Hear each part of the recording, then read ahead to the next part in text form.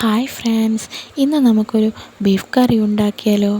ബീഫിലേക്കായി മഞ്ഞൾപ്പൊടി, മുളക് പൊടി, ഉപ്പ്, മല്ലിപ്പൊടി എന്നിവയിട്ട് നന്നായി മിക്സ് ചെയ്യുക. അതിനുശേഷം ഒരു കുക്കറിൽ വെച്ച് അത് വേവിച്ചെടുക്കുക. ഒരു ചട്ടിയിൽ വെളിച്ചെണ്ണ ഒഴിച്ച് ചൂടാക്കാൻ വെക്കുക. അതിലേക്കായി വെളുത്തുള്ളി, ഇഞ്ചി എന്നിവയിട്ട് നന്നായി ഇളക്കുക. ചെറുതായി ചുവന്ന് വരുമ്പോൾ ചെറിയ ഉള്ളി, സവാള, പച്ചമുളക് എന്നിവയിട്ട് നന്നായി വഴറ്റുക. തക്കാളിയും കറിവേപ്പിലയും കൂടെ ഇടുക. നന്നായി വാടി വരുമ്പോൾ മഞ്ഞൾപ്പൊടിയും കുരുമുളക് പൊടി,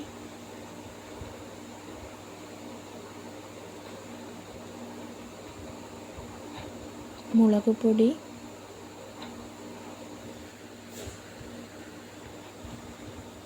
എന്നിവയിട്ട് നന്നായി യോജിപ്പിച്ചെടുക്കുക. പൊടികൾ കരിഞ്ഞു പോകുന്നതിന് മുമ്പ് കുറച്ച് ചൂടുവെള്ളം ചേർക്കാം.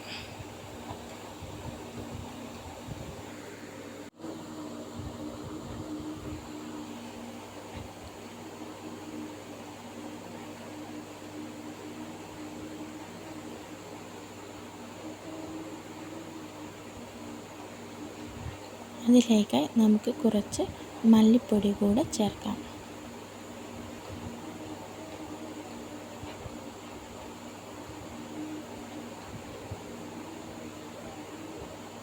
അതിനുശേഷം അതിൻ്റെ പച്ചമണം പോകുന്നത് വരെ വഴറ്റിയെടുക്കുക.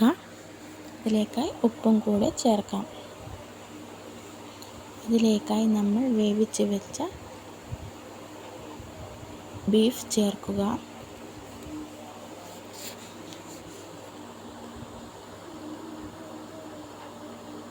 അടച്ച് വെച്ച് ഒന്ന് വേവിച്ചെടുക്കാം. വെള്ളം കുറച്ച് വറ്റിയ ശേഷം നമുക്ക് അതിലേക്കായി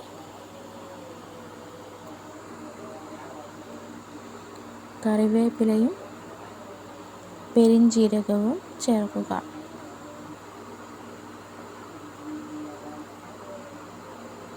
ഗരം മസാല കൂടെ ചേർക്കാം.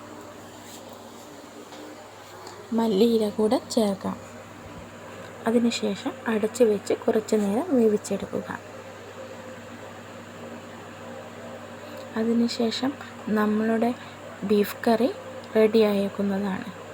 ഇതിലേക്കായി നമുക്ക് കുറച്ച് മല്ലിയില കൂടെ ചേർത്ത് വാങ്ങി വെക്കാവുന്നതാണ്.